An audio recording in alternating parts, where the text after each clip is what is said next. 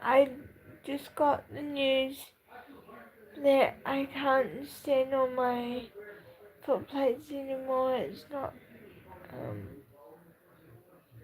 safe to do transfers on my shower chair, stand transfers on my shower chair and my wheelchair. I've been doing that for as long as I can remember. And I am really worried and really stressed out and really anxious that my body's just gonna pack up before it's time. I'm sure I'm not the only one that's got this issue. I just wish people would have told my parents. It's been, I think, 15 years or maybe longer that I've been stand transferring with my wheelchair, getting the hoist underneath my bottom. I just wish that people would give me more information when it comes to these sorts of things. And I wish that the medical profession would be more understanding towards people with disabilities as well. Yeah, it's just poo has hit the fan. I don't want to use the other word, but yeah, it really has. My question is for the Prime Minister.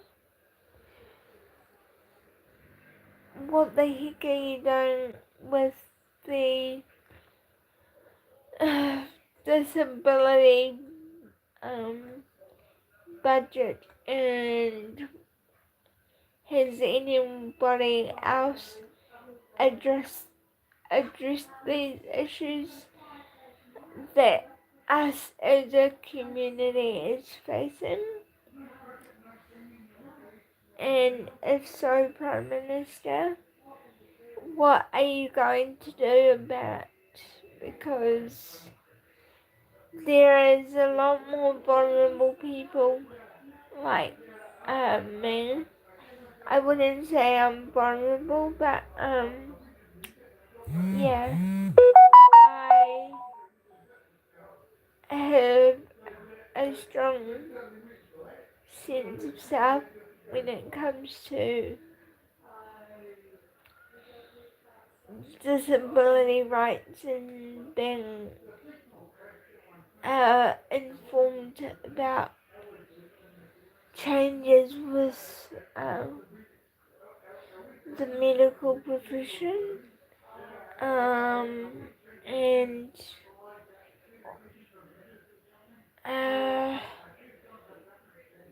I'm sure I'm not the only one that feels like this. It's become very apparent that we're not being told what is happening with the funding packages that we agree to and have to sign off on.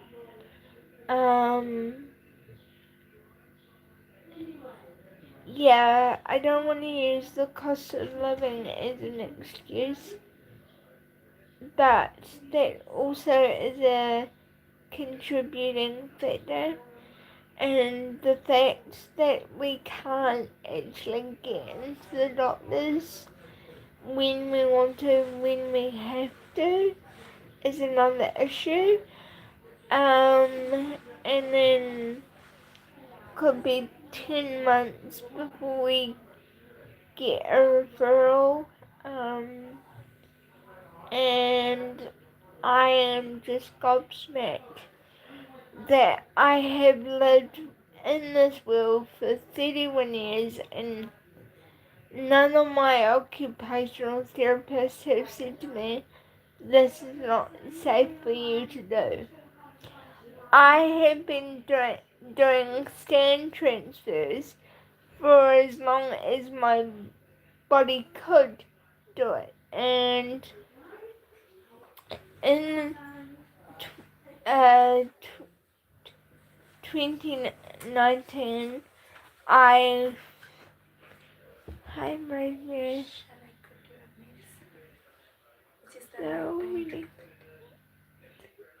It's already done. We'll cut them next week.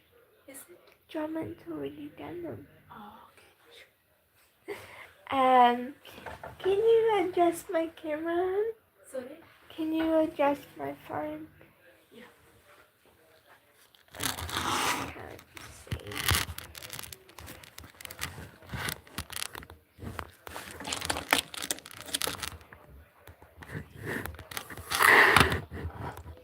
It's better.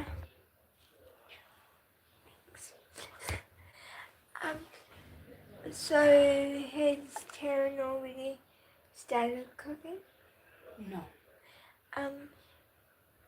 Could you just ask her to put one chicken patty in for me, but to take the crust off it, and I'll just have the meat. I'll just have the inside of the chicken, not the, you know what I mean, the crispy. Yeah. I'll just have that with a couple sausages. Okay. And one baked potato. Yeah. Anyway, guys, yeah, I in my 31 years of being alive, I had not been told by any occupational therapist or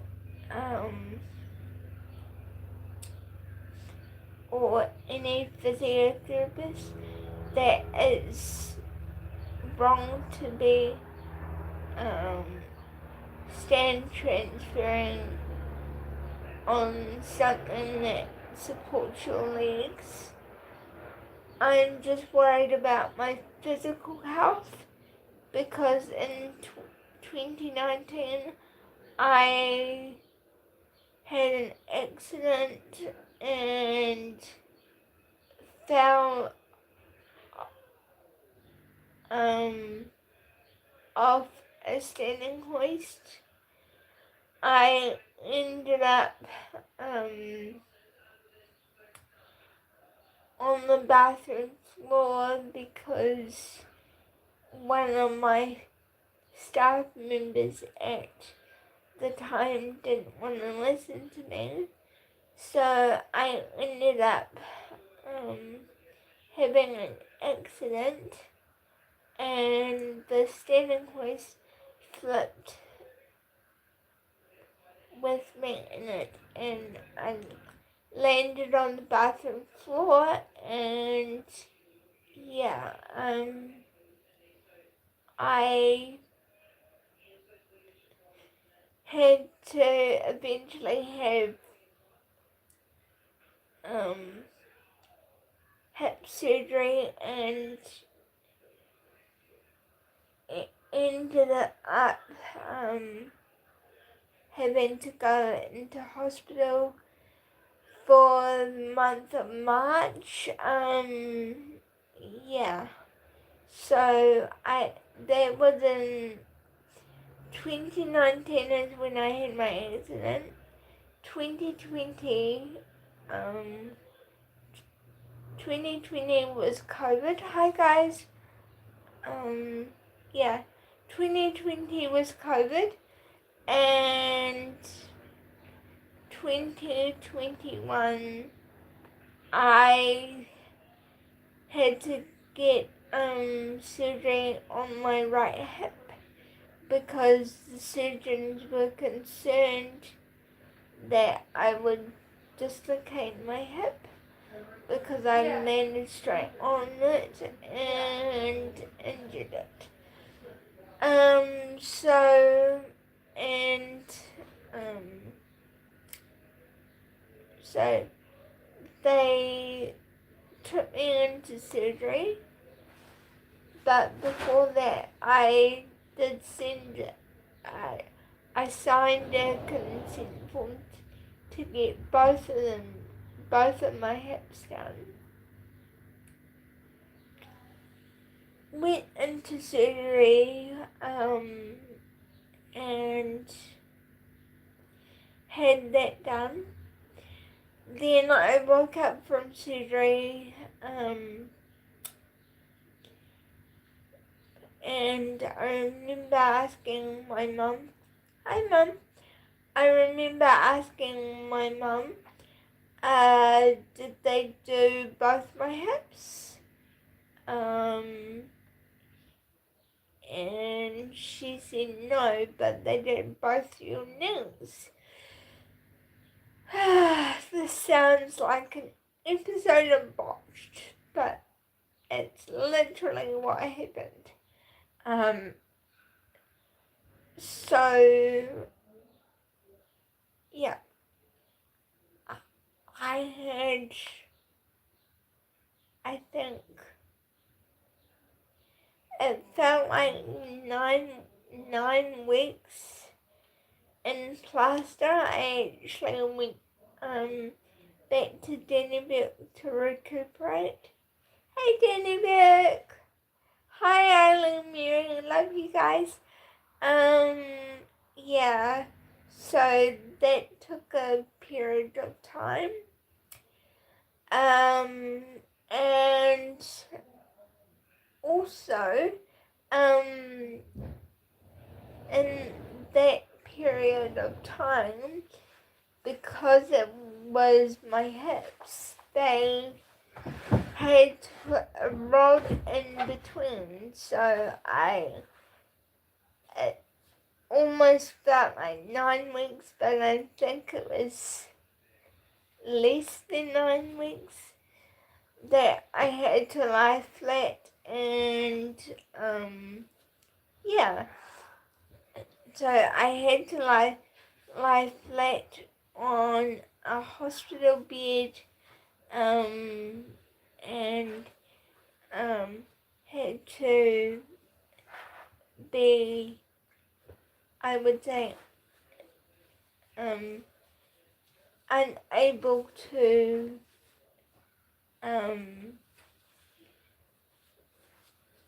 like sit up like I am now. But my point being is, after all that, the shoot, before I went home, from the hospital, they said, please do your, please stand and do your exercises, and once you get out of plaster, please be mobile and do the best that you can. So if so if I can't eventually stand, I think that surgery, and it was really hard and quite depressing for me. I think all that surgery and all that work and all that anxiety that I had, and not to mention that the strain and stress that actually brought onto my family, and just to end up with not being able to stand because it's not safe for me to stand transfer anymore, then what the heck was all that surgery for? I just feel like it's a waste of my surgeon's time. I think that we as disabled people have a right to say what we think and feel, and I just feel like all the effort that my poor mum had to go through. Hi Mum. All the effort that Mum had to go through looking after her daughter and being there 24/7 for me while I was recuperating in the rest home. She stood by my side for those few weeks, and she never left my side. I am eternally grateful, Mum. And yeah, if the government have an ounce to deal with what's happening with the medical profession and with OTs and things, please consider more funding for them so we as a community can thrive and live our lives to the full, because without that funding, it's all just gonna go to waste. And even though I'm very blessed and have wonderful caregivers and loving family, I know that there's other families out there that need more support, and there are so many families with disabled people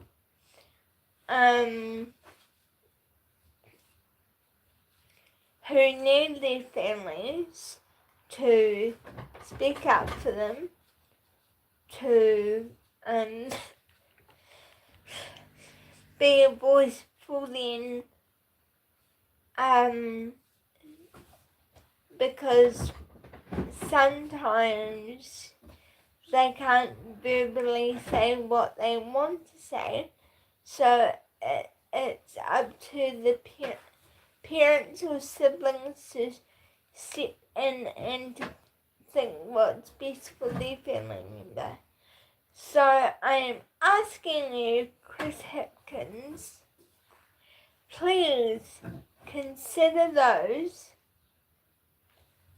and the caregivers and the families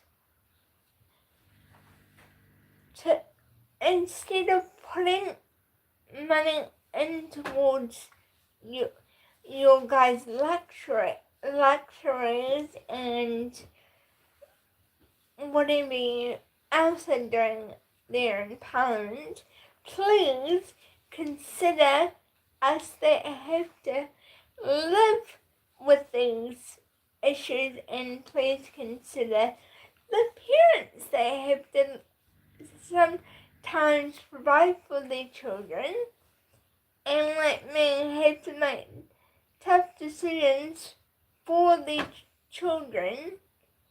I know it was a tough decision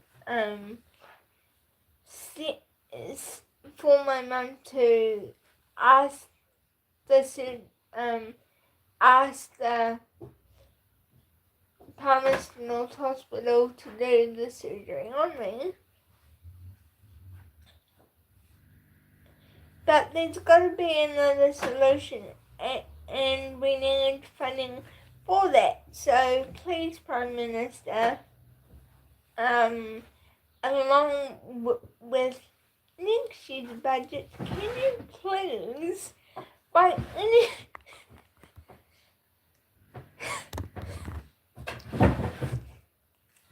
chance,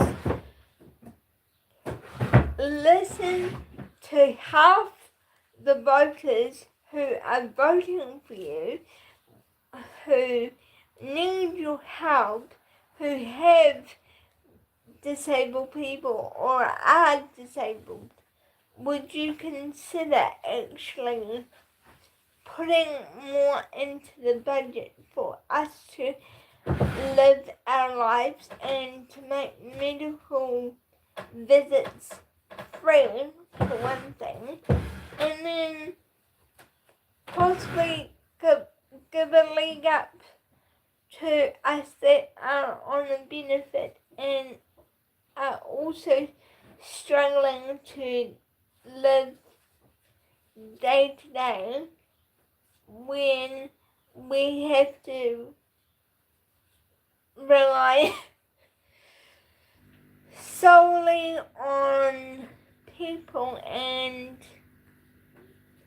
our disability benefits. So please, can you consider what is happening? Please have a look at the funding pool and please give families and us with the disability the chance to have the right medical care for free and to get referrals fast-tracked and possibly physiotherapists and occupational therapists to be able to do their jobs so they can help us, and in turn we can help each other.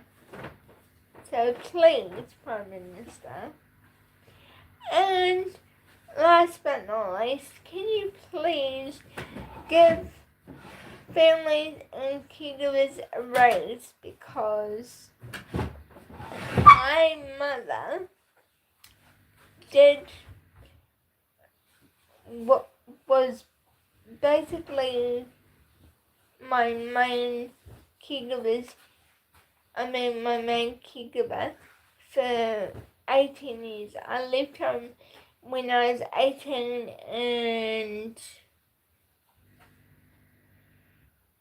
she did not get paid. So please consider this, and please could you consider even bumping up the budget for us, our living costs, and for the caregivers' salaries to be bumped up as well, because I think that all needs to be considered.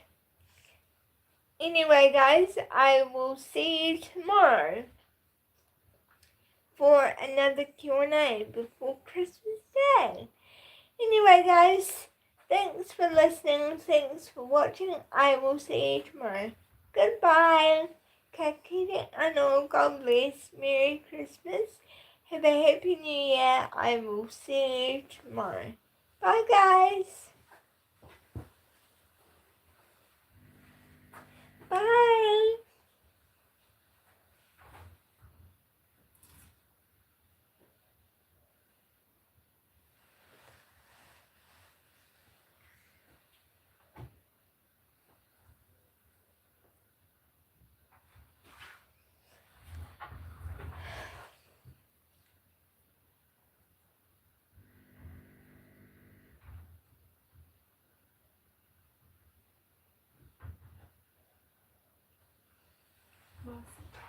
She wanted. Can you give me the phone, hon? Thank you for cleaning that up. It's a bit messy. Yeah. Can you pass me the phone, hon? Okay. Alright, guys. Yeah, thanks. Right, guys. I'll see you tomorrow for another Q&A. Night. Kakite ano. Bye, guys. See you soon.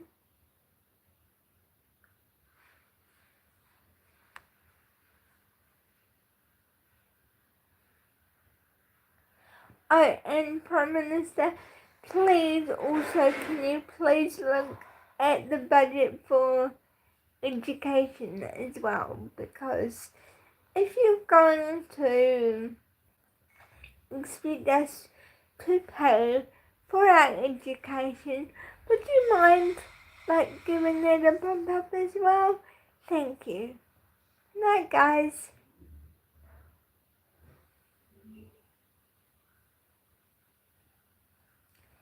Bye, guys. See you tomorrow.